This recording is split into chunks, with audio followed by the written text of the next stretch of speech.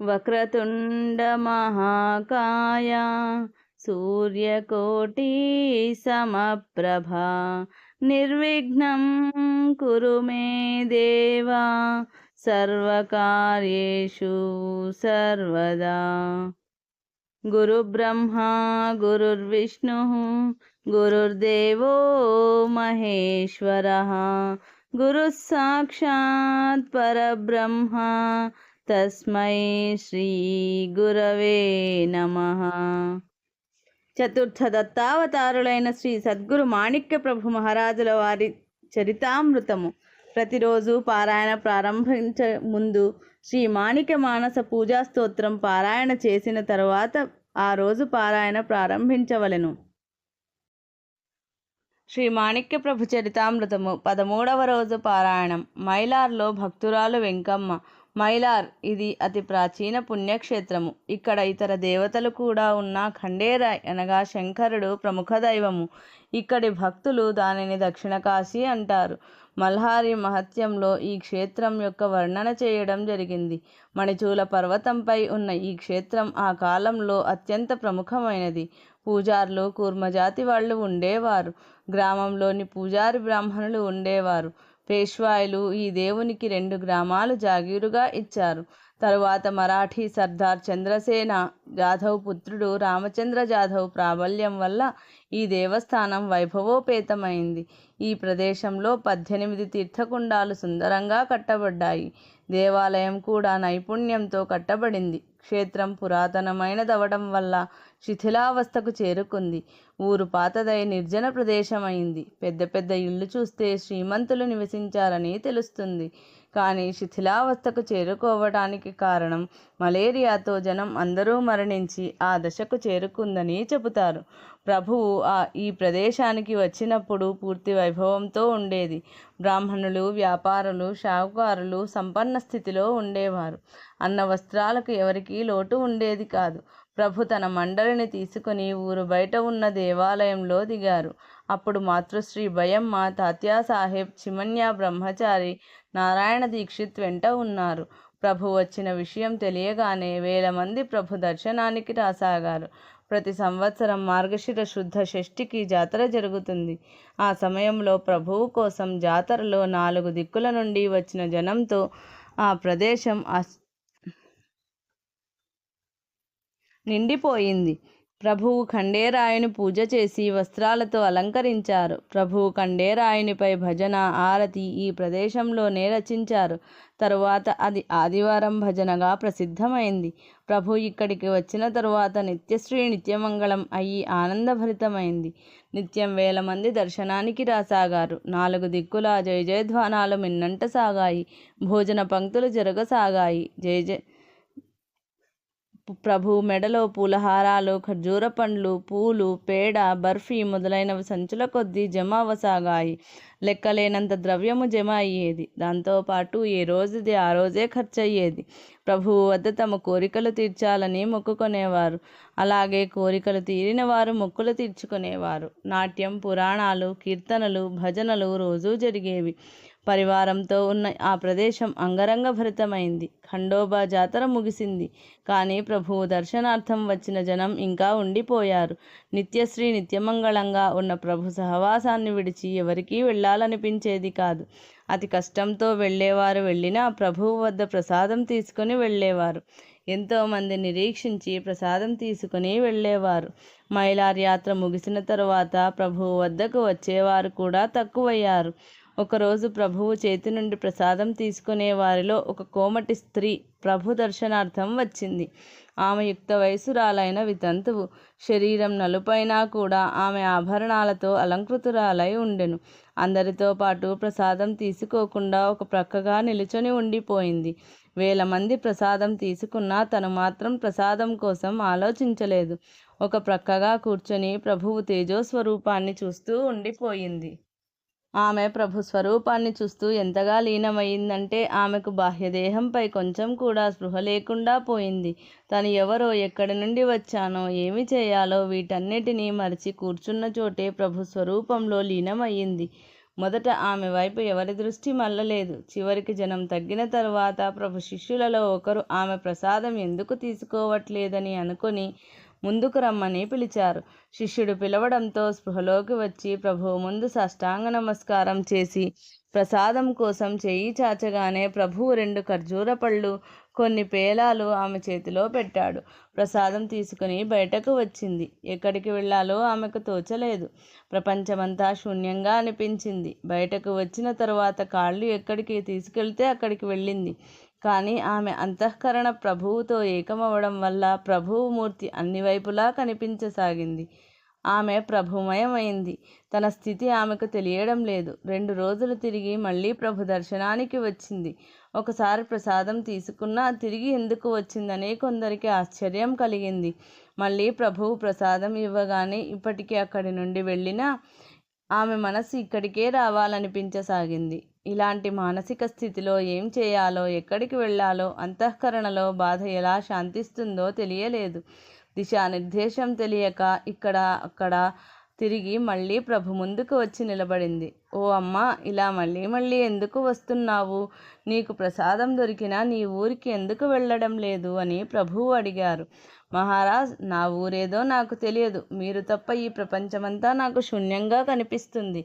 ఈ పాదాలు వదిలి నేను ఎక్కడికి వెళ్ళను అనగానే ప్రభువు, ఓ అమ్మా, నీవు యవ్వనంలో ఉన్నావు. మా దగ్గరికి నిత్యం అనేక రకాలైన జనం వస్తూ ఉంటారు. నిన్ను కనిపెట్టి ఉండడం మా వల్ల కాదు. మేము ఫకీరులము, గోసాయిలము. నీకు ఈ జీవనం తగదు. వచ్చిన దారినే నీ ఇంటికి తిరిగి వెళ్ళు అనగానే నా ఇల్లు ఎక్కడుందో, నా తల్లిదండ్రులెవరో నాకు తెలియదు. ఇప్పుడు నాకు అన్నీ మీరే. మిమ్మల్ని విడిచి ఎక్కడికి వెళ్ళను అని ఆ స్త్రీ అనగానే, మా దగ్గర ఉండాలనుకుంటే శరీరంపై ఉన్న నగలు బీదలకు పంచి శరీరానికి బూడిద పూసుకోవలసి ఉంటుందని ప్రభువు అన్నారు. మహారాజ్, నాకు నగలంటే విరక్తి కలుగుతుంది. ఇవి తీసుకుని మీరు ఎవరికైనా పంచిపెట్టండి అని శరీరంపై ఉన్న నగలను తీసి ఇచ్చింది. ఆ స్త్రీ నిర్ధారించుకున్న విషయం విని ప్రభు ప్రసన్నులయ్యారు. ద్రవ్యలాలసులైన కోమటి కులంలో జన్మించిన ఆ స్త్రీ ఔదార్యం చూసి జనం ఆశ్చర్యచకితులయ్యారు. ప్రభువుకు ఆ స్త్రీ అంతఃకరణ తెలిసి ఉండెను. ప్రభువుకు ఆ స్త్రీ అంతఃకరణలోని శుద్ధ నిస్వార్థమైన దివ్య ప్రేమ కనిపిస్తుండేది. ఆ ప్రేమ ముందు ద్రవ్యం మరియు దేహం యొక్క చింత లేదు. ప్రభు అంతర్దృష్టిలో ఆమె వైపు చూసి అమ్మ దగ్గరికి తీసుకుని వెళ్ళమని ఒక శిష్యునికి చెప్పారు. ఆ శిష్యుడు ఆమెను మాతృశ్రీ వద్దకు తీసుకొని వెళ్లారు. ప్రభువుపై ఉన్న ప్రేమ, భక్తి చూసి మాతృశ్రీ ఆనందించి తన బిడ్డలా ఆమెను ఆదరించారు. ఆ యువతి అంతఃకరణ తెలుసుకోవడానికి ప్రభువు వివిధ రకాలుగా పరీక్షించారు. ఎన్నో రోజులు ఆమెకు ఖర్జూర పండ్లు మాత్రమే తిని ఉండమనేవారు. ఆమె శరీరం సన్నబడింది. అందరికీ ఆమెపై కరుణ కలిగింది. కానీ ప్రభు ఆజ్ఞ ఆమె ఉల్లంఘించేది కాదు. ఒకరోజు ఆమె నగ్నంగా స్నానం చేస్తూ ఉన్న సమయంలో ఎవరో వచ్చి, ప్రభువు నిన్ను ఎలా ఉన్నావో అలాగే రమ్మన్నారని చెప్పారు. ఇది వినగానే దేహమోహం జనం ముందు లజ్జా పడకుండా ఎలా ఉందో అలాగే వెళ్ళడానికి తయారైంది. అందరూ ఆశ్చర్యచకితులయ్యారు. ఈ విషయం మాతృశ్రీకి తెలియగానే వెంటనే బయలుదేరింది. మధ్యలోనే ఆమెను నిలిపివేసింది. ప్రభువు ఈ విధమైన ఆజ్ఞ ఎలా చేశారు? ఈ విషయానికి కారణం స్త్రీకి నిజమైన ఆభరణం సిగ్గు. అది లేకపోతే స్త్రీత్వం ఎలా ఉంటుంది? ప్రభు ఆజ్ఞతో ఆ స్త్రీ ఆ స్థితిలో రావడానికి తయారైందని ప్రభువుకు అర్థమవగానే ఆమె అసమాన భక్తికి ప్రభువు మనస్సు ప్రేమతో నిండిపోయింది. ఆమె ఇంకా ప్రభువు వద్దకు రాకముందే తన శరీరంపై ఉన్న శాలువాను ఆమెపై వేయడానికి పంపించారు. దానితో ఆమె జన్మ ధన్యమైంది. పైన చెప్పిన ఆ యువతి వెంకమ్మ. ఈమె పూర్వజన్మలో యోగిని. ప్రారబ్ధ కర్మతో ఆమెకు వైశ్యకులంలో జన్మ ప్రాప్తించింది. ఆమె ప్రభువుకి సన్నిహితమై ప్రభువు కృపతో పరమావధి పొందింది. ఆ సమయంలో వెంకమ్మ వివస్త్రయై ఉన్నా జనులు ఏమనుకుంటారో అని కూడా ఆలోచించలేదు. ఆ అసమాన భక్తికి ప్రభువు సంతుష్టులై తన వస్త్రాన్ని ఆమెపై కప్పడానికి ఇచ్చారు. ప్రభువు యొక్క వస్త్రం వెంకమ్మ శరీరంపై పడగానే ఆమెకు పునర్జన్మ లభించింది. ఆమె పాపాలు అన్నీ దగ్ధమై కడిగిన ముత్యంలా వెలిగిపోయింది. అప్పటి నుండి ఆమె తెల్లబట్టలు కట్టుకొని నొసట విభూతి రాసుకుని చేతిలో జపమాలతో ప్రభునామము జపిస్తూ ఉండేది. ఆమె కులానికి కోమటి అయినా సౌందర్యవతి, విద్యావతి కాకపోయినా వీటన్నిటినీ మించి పవిత్ర అంతఃకరణతో ధ్యానించి ప్రభువును గెలిచే సామర్థ్యం ఉండేది.